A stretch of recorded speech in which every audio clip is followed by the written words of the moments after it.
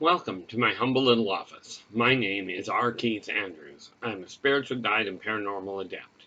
The journey continues today on July 20th, 2021 at approximately 1:10 p.m. PST. Well, we're back at it.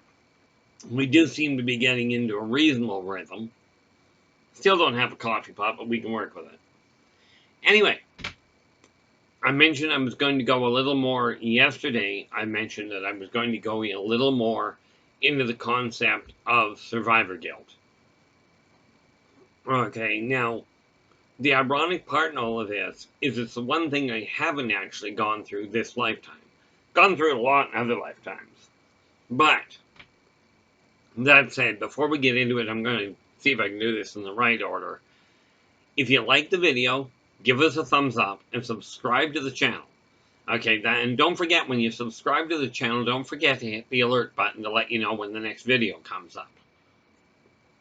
Also, if you have questions, absolutely, below this video, you'll find a whole list of different contact points. Either leave your comments on the video itself or contact me at one of the points below. In any event, let me know. I'll be more than happy to get back to you. Okay, whether it is answering a question via video or whether it's dropping a line directly to you, it depends on what you yourself are asking for. Okay, but in any event, rest assured, I won't be using anybody's name but my own. Okay, now with that in mind, when we deal with how do you move forward, survivor guilt, as far as I've become aware of, is if you're in some sort of an accident or some sort of a crime where you're the only one that survived. Okay, normal questions that go through it are things like, why did I live? Why did they have to die, and why couldn't I have died with them? Okay, well, there's a lot of whys, there's a lot of questions that can be asked, but the real functional question, and the easiest way to look forward, is before you realize how many people have died, the first thing that'll hit your head when you survive is, oh my gosh, I went through this massive trauma and I'm still breathing. The why did I live comes after that. So, the trick to it is hold on to that thought of the fact that you're alive. Look at that joy. Look at that relief that you survived whatever the issue was. That's where you hold on to. There's a lot of variables and you'll never necessarily understand why you survived. So the trick is, you take a look at what you went through and go, okay, I did survive. So since I did, what can I do to make other people's life better and more effective? What can I do to move forward? Well, the quickest way to move forward is hang on to that relief that you survived in the first place, and then do something with what's left of your life. Take that opportunity to look in the mirror and go, okay, I've been doing this with my life so far. Now it's time to move forward. Now it's time to do something else. Okay. Now, people talk about, there was a song out that went, I want to live forever. Okay. Don't ask me who wrote it. It's just a line I remember hearing. Okay. And the trick there is, in order to live forever, you can do one of two things. Do something really big. Okay. Like what the celebrities have done. Or do something that's really not that big. In my case, this little novel. Okay. That little novel is one way, because there's my name, R. Keith Andrews. Okay. This is now available all over the world. Okay. Through authorhouse.com, through Amazon, and through Barnes & Noble. Not to mention through me at any one of the contact points below. Okay. That is a way of gaining immortality, if you will. Okay. Write something big, make a piece of music, and get it out in public. Okay, that's how you live forever, if you will. Not by actually getting to be 200 years old. Okay, but by doing something that lets people remember who you are. Because as long as other people remember who you are, you will continue to live on. Okay, now you're going to continue to live on anyway. But what happens is you turn around and you get your life moving in what you consider the right direction. Surviving a massive trauma or a massive wake-up call, okay, is a way of really kickstarting yourself and going, okay, I've lived my life to this point, and every single person, every single entity in existence is in the same boat right now. Doesn't matter where you are in your life, doesn't matter if you're living on the street or if you're a multimillionaire. Doesn't matter if you're a member of a congregation or you're a leader of a congregation. You're all in exactly the same point. You're all right here, right now. And it's at this point in time. This is the only point in time which is in the present. Is the only point in time you can ever make a change to your life. You can talk about it until the cows come home. But the only time you can actually do something is right now. So here's a challenge for you. Take a look in the mirror and ask yourself, am I content with the way my life is? Now we're going to flip this back into the idea of, I went through a massive accident, through a massive trauma, and I'm the one that survived. Okay, I survived. Everything I've done up to this point doesn't matter at this point. I'm starting over.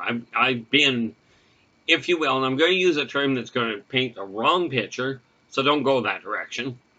Okay, literally look in the mirror and go, okay, that was a near death, as in I nearly died. You may not have had near-death experience, as in passing away, seeing the light, all that stuff. It may only been a very close call, an extremely traumatic experience that you survived. But essentially, you're reborn. You have a new run at life. Okay, this is the time to really look in the mirror and go, what am I going to do from this point forward? How am I going to make my life more enjoyable, more relaxing, more productive in my eyes? Forget everybody else's. And understand, I'm not talking about in my eyes personally.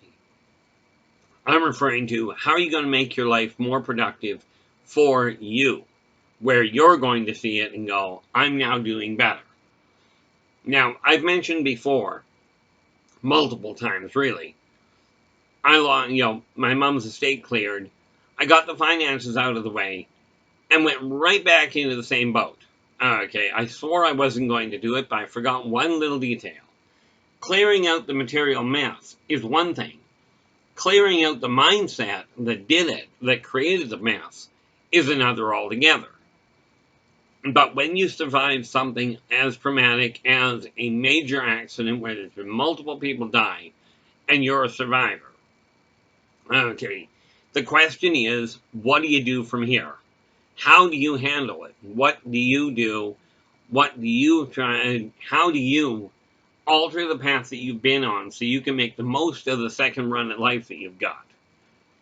Okay, cancer survivors are another prime example. Okay, many people die of cancer. Many people have died of COVID. But what about the ones that got ill and survived? What do you do from there? Well, this is your new life. Okay, call it life after COVID, call it life after airplane accident, call it life after massive car accident, call it life after shooting, whatever the major trauma. Take a look at that issue and go, okay, I lived through it. That's the thing to hang on to. I lived through it. Now I have a chance to move forward. Okay, now when it came to my financial setup, I messed up badly. I walked right back into the same mess. I'm back in the same boat, but I do know what I did wrong. And I have corrected a lot of it. It's still going to take me about 6 months to get out of it, but I can live with it. I've got a plan in mind. And like I mentioned before, and I'm actually working on this particular book, which is the 4 P's of success. Okay, there are only 4. You have to have a purpose. Okay, now, in the case of I survived a massive trauma, purpose, figure out what to do from there. Get yourself back on your feet. Plan. How do I go about it? Well, the first thing you do is talk to other people that have survived accidents or major traumas. Because Lord knows you're not the first one that survived a major accident where everybody else died. Okay, you're not the only one that was in a traumatic situation that you didn't know how to cope with. You're not, and it won't make you feel better to know you're not the only one that got shot and lived through it. But it is extremely important to know if you can find people like that, and this is where support groups come in handy. If you can find somebody that has lived through it and move forward as a result, okay, you can find an anchor point where maybe you can move forward. Now, in my case, when I mentioned I haven't lived through a massive cataclysm myself this lifetime, understand, I do remember Pompeii. I do remember Manoa. Okay, I remember the Great Flood.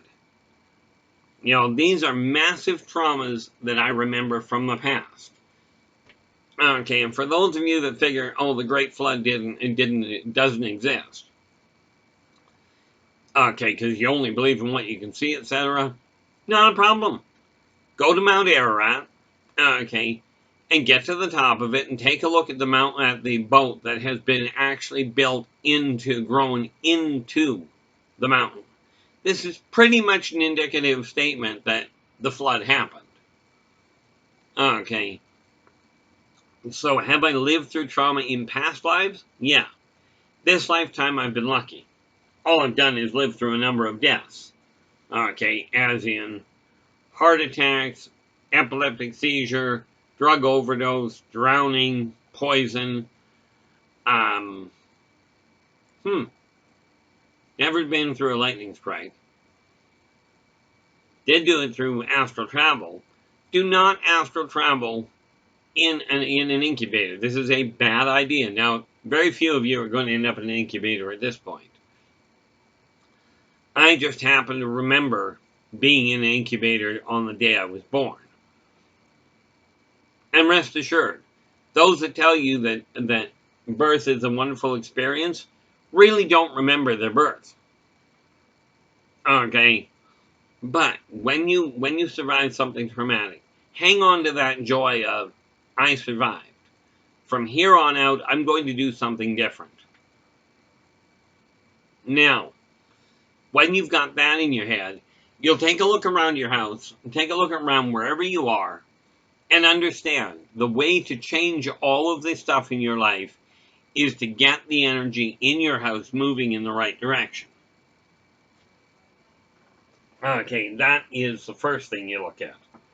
And yes, considering my coffee pot is shot, I have to turn to water because I still need something to drink.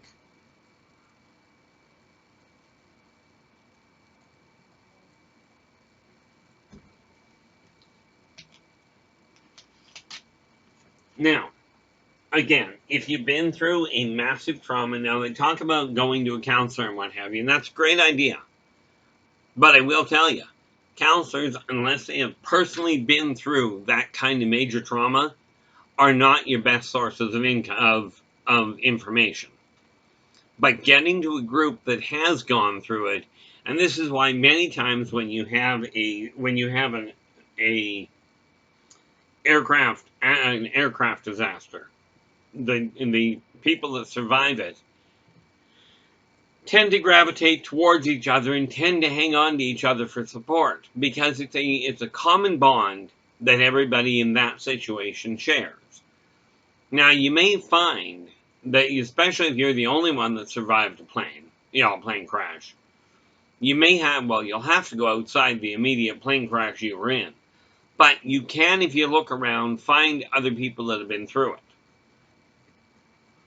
The trick is to really hang on to the idea of, I survived. What can I do from here?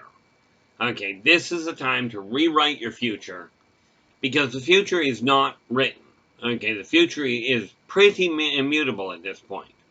However, what you do today will affect what options you have to do tomorrow. Okay, and once you understand that, you'll be able to take the trauma itself. Now, the trauma, yes, you'll likely relive it for a while. But this is why you talk to people that have been through it. Okay, especially if they went through it a while ago and are now back on their feet. Those are the ones that we talk about surviving. Not the person that just went through it and walked out of the burning wreckage and went, I'm still living. Okay, now don't kid yourself. The people that if you're one of these people that was severely hurt in the accident at the same time, and the worst ones, in my opinion, are the ones that end up really badly burnt to start with.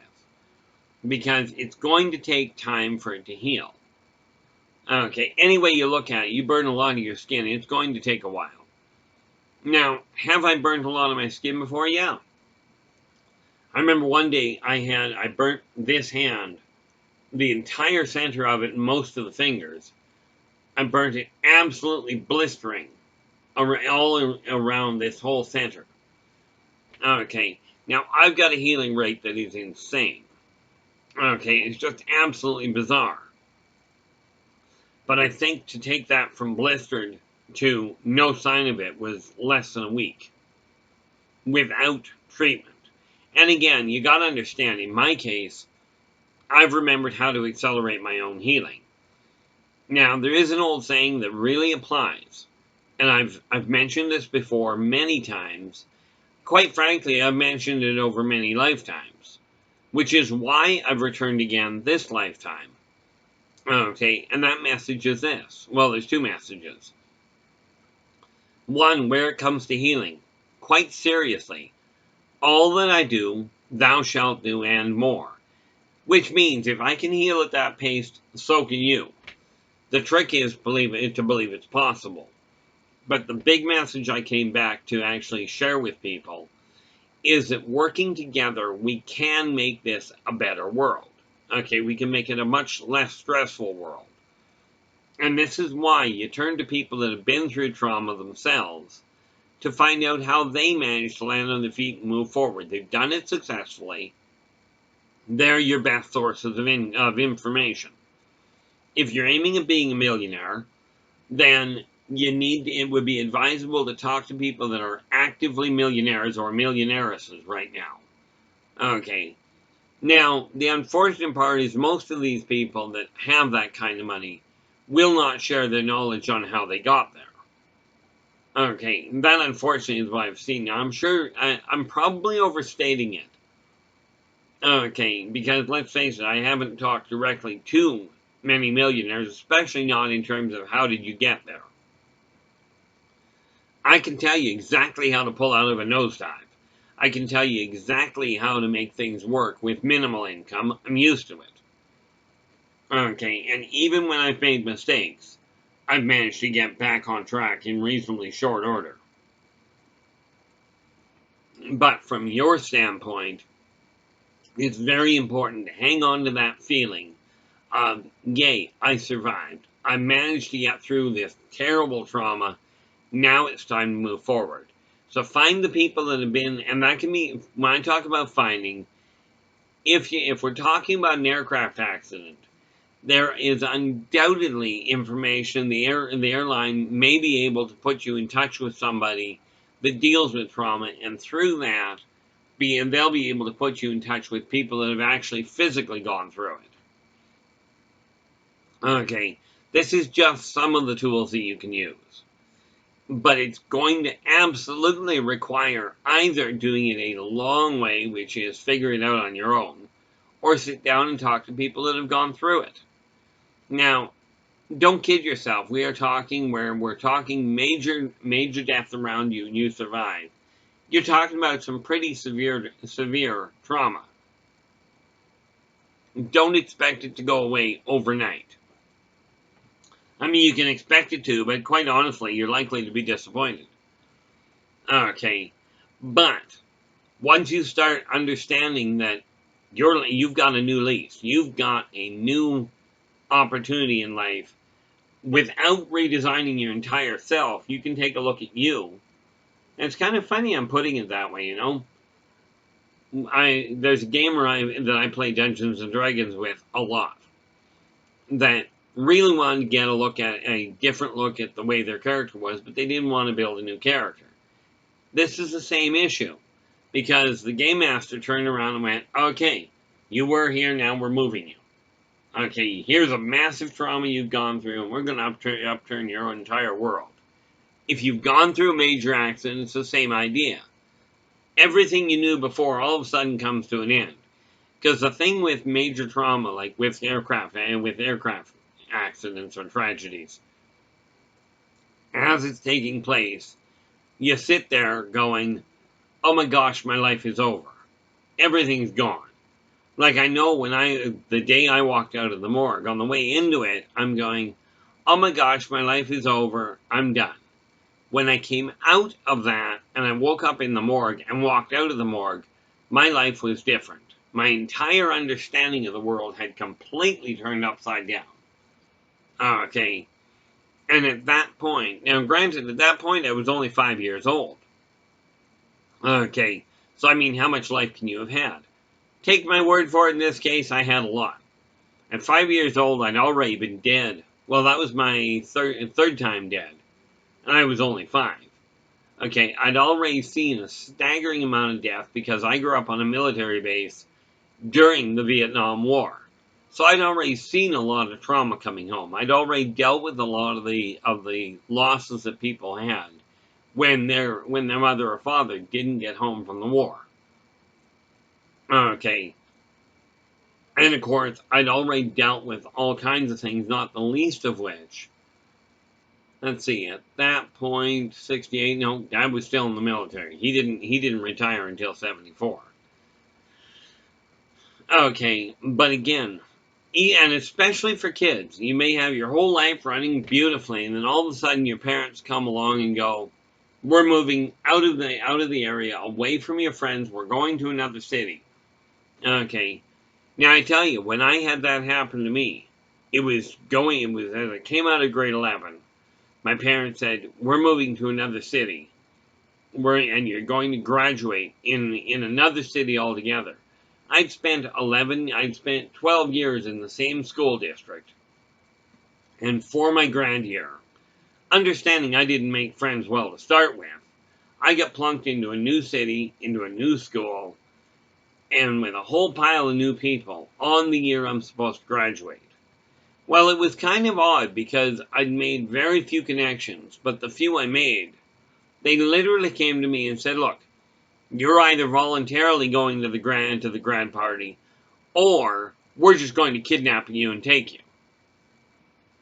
Okay, when you have some sort of major upset, hang on to the concept that you survived. As it turned out, when I came to understand what had happened, Mom and Dad moved me and moved our family in order so Dad could keep working and keep food on the table.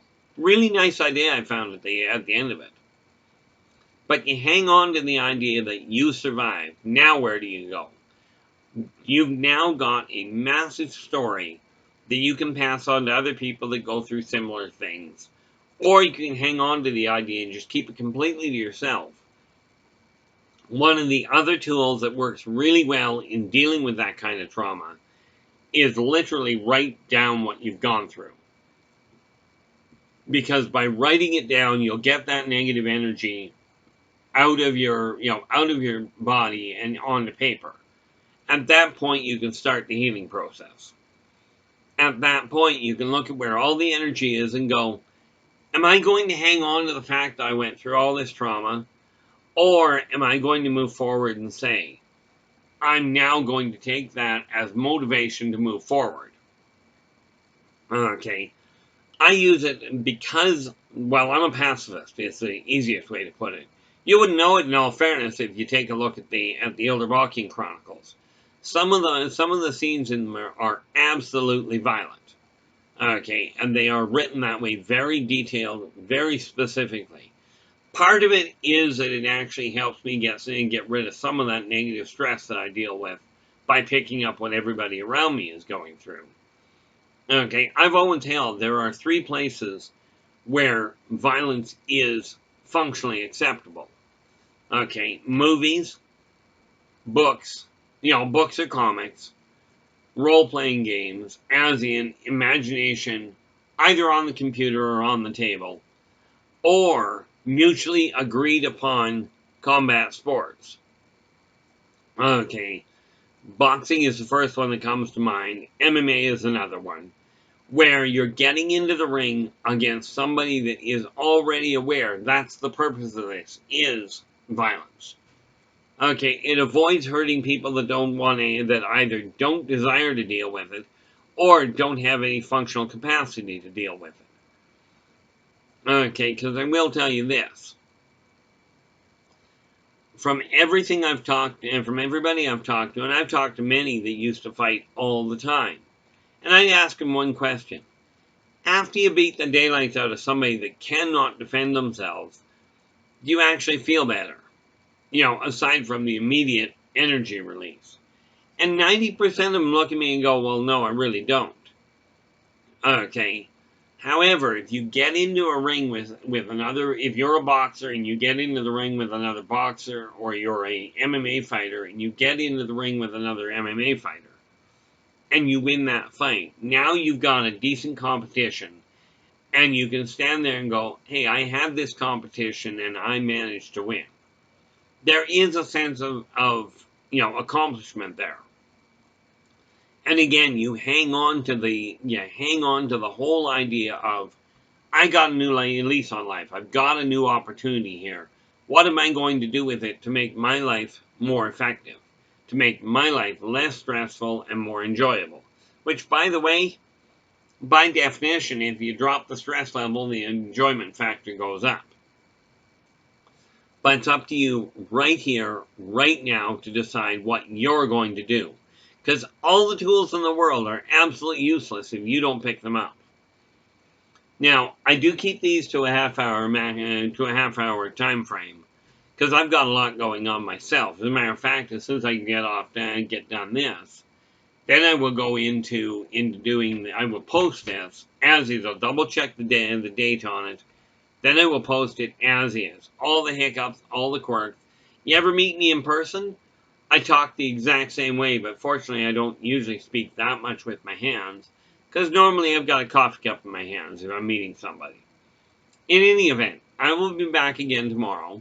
Until then, take care of yourselves and each other, and for pity's sakes, stay positive.